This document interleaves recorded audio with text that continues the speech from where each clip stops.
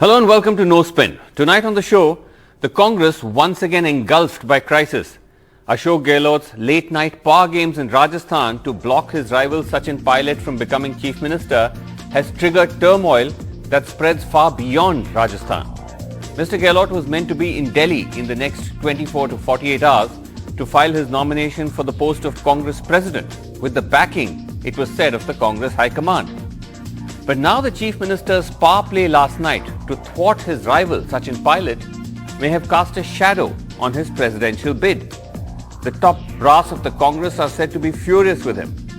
Mr. Gehlot claims he had no role in the late night rebellion in which the MLAs boycotted the official meeting of the MLAs and did not even meet Central Congress observers.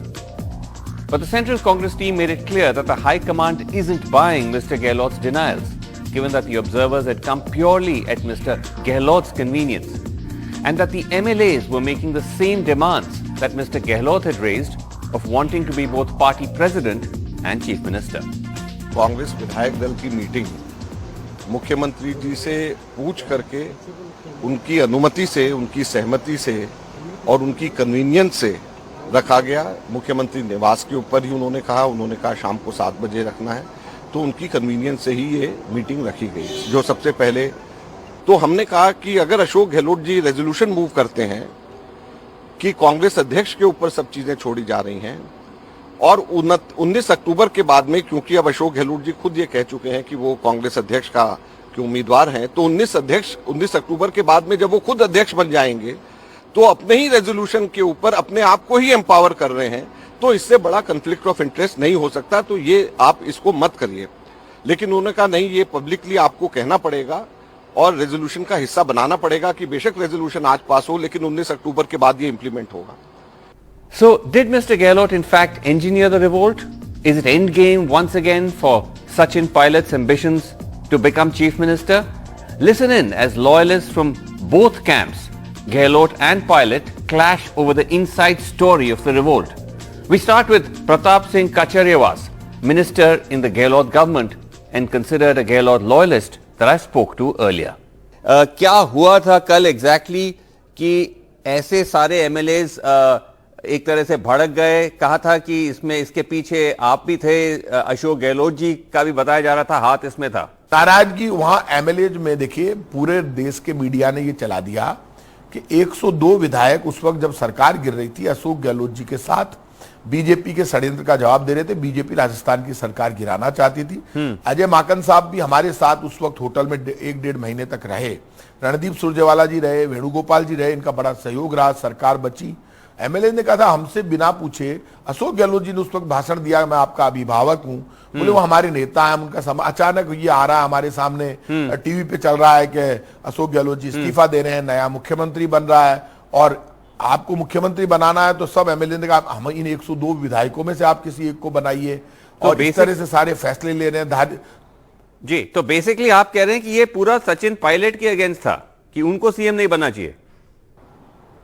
एक बात मान के चलिए, no doubt उनका reaction था सचिन पायलट जी के खिलाफ, और उन्होंने ये कहा कि साहब सचिन पायलट जी को यदि बनाया जाता है, उस वक्त 2 धड़े बन गए। एक धड़ा था जो सोनिया गांधी राहुल गांधी जी का था, जहां पे वेणुगोपाल जी, रणदीप सुरजेवाला जी और अजय माकन जी तीनों कांग्रेस के 102 विधायकों के साथ बैठे थे, सरकार बचा रहे थे। और उस वक्त जब ये लोग चले गए थे मानेसर, तो उनमें ये रिएक्शन था कि यदि उधर से बनाया जाता है चीफ मिनिस्टर तो इन 102 में से क्यों नहीं बनाया जाता। आप एक बात बताइए मुझे जी, कोई भी फैसला होगा डेमोक्रेसी में तो संख्या बल के आधार पर होगा। फिर भी आपको फैसला करना है तो आपको एमएलए को विश्वास में लेकर करना पड़ेगा। ये लड़ाई नहीं है, संघर्ष नहीं। आप मुझे बताइए ईडी, इनकम टैक्स या महंगाई पर जब भी आंदोलन होता है दिल्ली में, राजस्थान में सबसे ज्यादा वो ठीक है। आप ये बताइए कि जो कहा जा रहा है कि ये सारा का सारा गहलोत जी ने भड़काया है, उनका हाथ है इसके पीछे। ये मेरी एक नेचर है, आप मेरे बारे में पता कर लेना। मैं कछावा वंश का क्षत्रिय हूं, और क्षत्रिय वो होता है, गीता में लिखा हो, जो भगवान जैसा व्यवहार करे। मैं भगवान की धूल के बराबर भी नहीं हूं। हम लोग भगवान राम का वंशज मानते हैं अपने आप को। मैं कसम खा के कह रहा हूं, मेरे से ज्यादा वॉरियर राजस्थान में, मैंने सबसे ज्यादा आंदोलन और संघर्ष मेरे नाम लिखा हुआ है। लेकिन फिर भी मैं कह रहा हूं, अशोक गहलोत जी ने एक विधायक से ये नहीं कहा कि तुम ऐसा। लोग तो अशोक गहलोत जी की बात पे नाराज हो रहे थे कि उन्होंने कहा अभिभावक हूं, अशोक गहलोत जी कैसे कर सकते हैं इतना अचानक डिसीजन। भाई 1.25 साल बचा है, सरकार को चुनाव लड़ने जाना है, कांग्रेस को। हमने अभी थोड़े दिन पहले वल्लभनगर में बीजेपी की जमानत जब्त करवा दी, दरियावत में बीजेपी तीसरे नंबर पर। लेकिन जो कहा जा रहा है, एक सेकंड, आप कह रहे हैं गहलोत जी का कोई हाथ नहीं है, लेकिन सारे एमएलए तो गहलोत जी को कंट्रोल, मतलब उनके कंट्रोल में आते हैं, तो आप तब भी कह रहे हैं उनका कोई हाथ नहीं था इसमें। हाथ इसलिए आप बताइए, गहलोत जी के साथ में तन्नोट माता जी के मंदिर में सुबह निकला था, और गहलोत जी के साथ में हवाई जहाज में बैठा रहा, हेलीकॉप्टर में बैठा रहा, मंदिर में रहा, खाना साथ में खाया, वहां फोन पकड़ नहीं रहे। यहां पर एमएलए इकट्ठे हो गए, संसदीय कार्य मंत्री धारीवाल जी है, बहुत एग्रेसिव, इतनी इस उम्र में भी 80 से ज्यादा उनकी उम्र हो गई और बीजेपी को जवाब देते हैं। इकट्ठे हो गए लोग संसदीय कार्य मंत्री के पास ही जाएंगे, मुख्य सचिव तक से बात करेंगे, वहां वो इकट्ठे हुए तो वहां से निकले ही नहीं, वहां से इकट्ठे होकर उनको वहां जाना, वहां से इकट्ठे होकर मुख्यमंत्री निवास जाना था। सुन लो मेरी बात, सच कह रहा हूं, मुख्यमंत्री निवास जाना था। मैं जब माकन साहब से मिलने गया, माकन साहब ने मुझे कहा यार धारीवाल जी के घर पे 20 एमएलए, जब वहां पहुंचा तो 50 से ज्यादा एमएलए थे।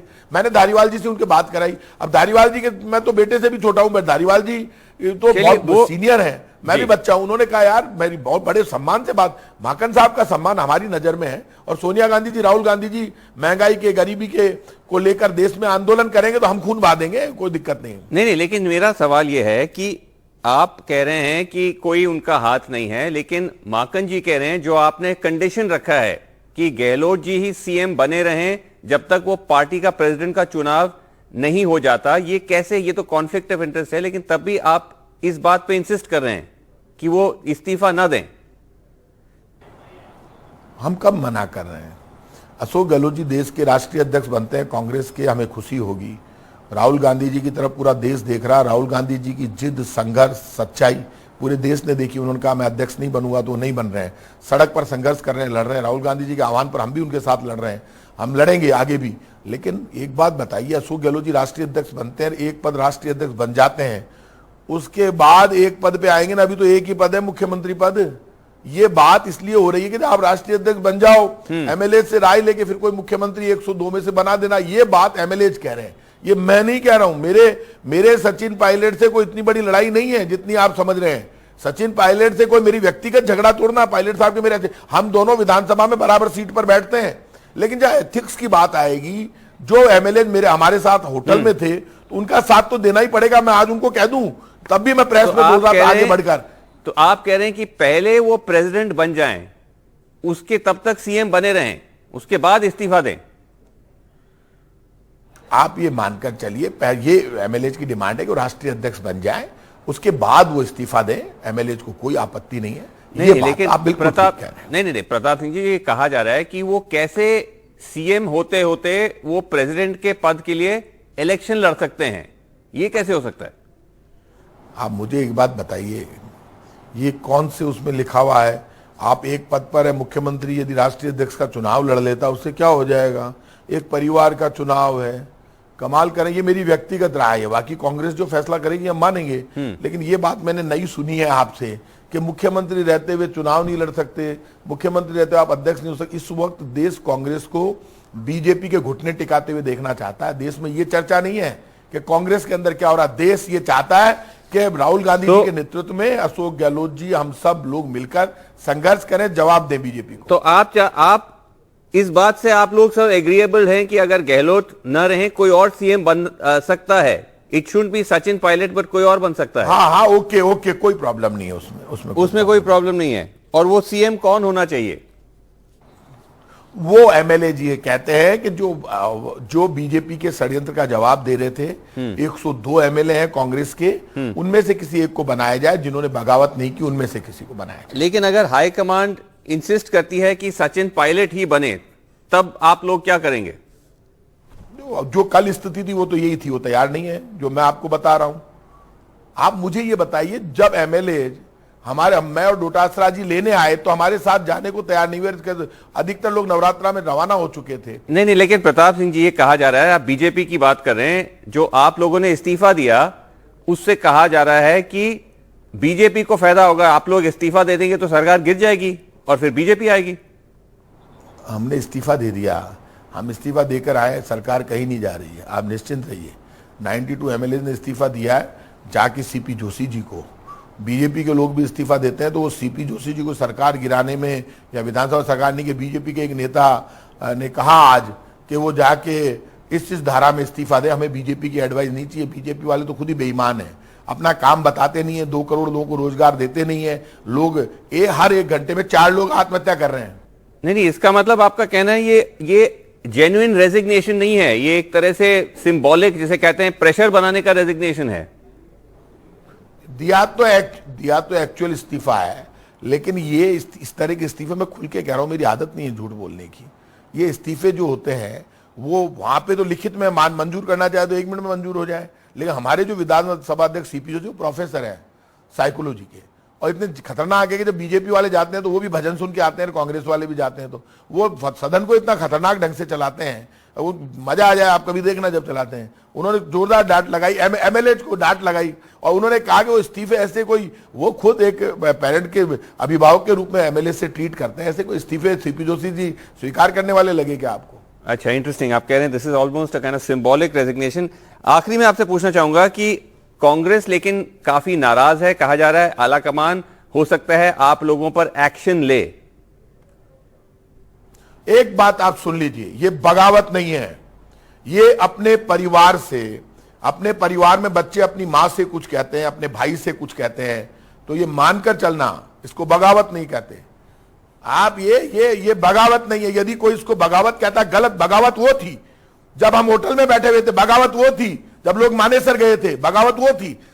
लेकिन आखिरी सवाल, क्या आप भी सीएम बन सकते हैं प्रताप सिंह जी? मैं मुख्यमंत्री पद की दौड़ में नहीं हूं, मैं रोड मास्टर हूं। मैं आंदोलन और संघर्ष का राजस्थान का सबसे बड़ा खिलाड़ी हूं। सबसे ज्यादा आंदोलन मैंने किए हैं। मेरे दिमाग में ऐसी बातें हैं नहीं, ये बिल्कुल गलत बात है। इस तरह की बातें लाकर कमजोर मत कीजिए। प्रताप सिंह को लड़ते हुए लोगों ने देखा और आगे भी संघर्ष करते हुए देखेंगे।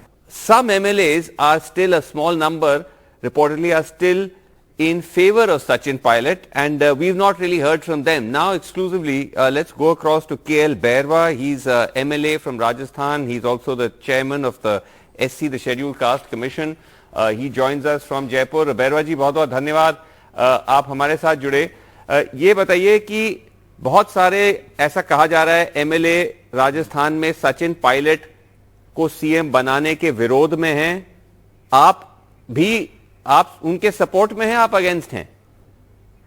क्या देखते हैं आप इसको? यहाँ की जनता, राजस्थान की जनता, राजस्थान के विधायक, युवा वर्ग, बहुत से लोग सब चाहते हैं कि सचिन पायलट सीएम बने।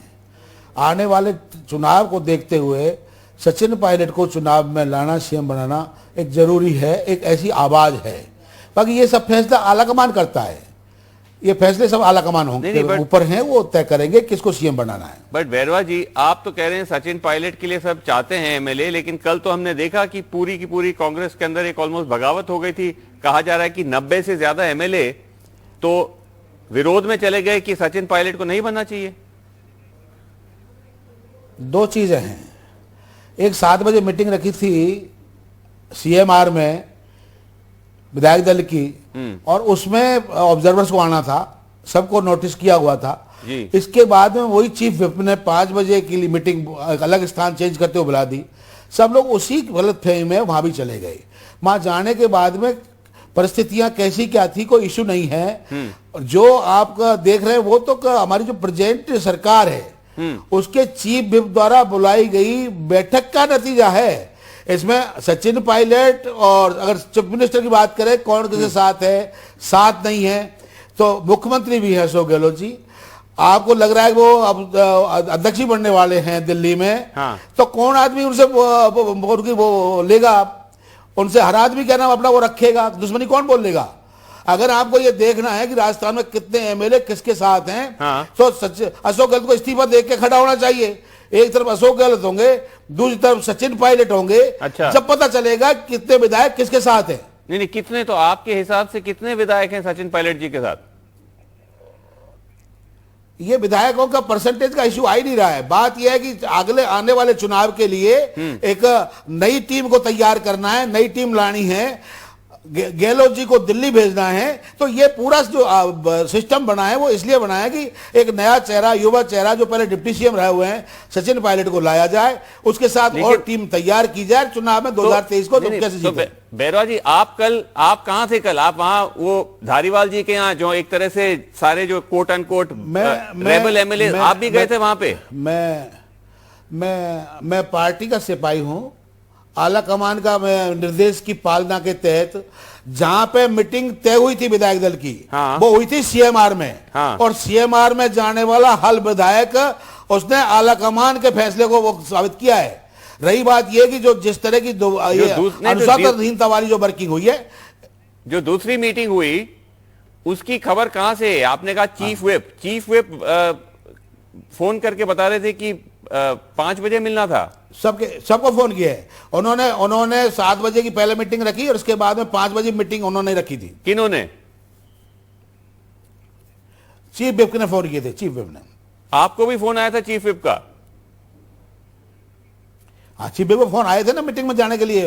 नहीं, मेरे पास 5 बजे वाली मीटिंग का फोन नहीं आया, मेरे पास आया था 7 बजे जो आला कमान आने वाले हैं, मुख्यमंत्री घर होने वाले हैं, उस मीटिंग का हमारे पास फोन था। बट बैरवा साहब, वो जो विधायक हैं जो सचिन के विरोधी हैं, वो ये कह रहे हैं कि हम उनको कैसे सीएम बनाए जिन्होंने 2020 में कांग्रेस के अगेंस्ट बगावत की थी, कांग्रेस को तोड़ने की कोशिश की थी।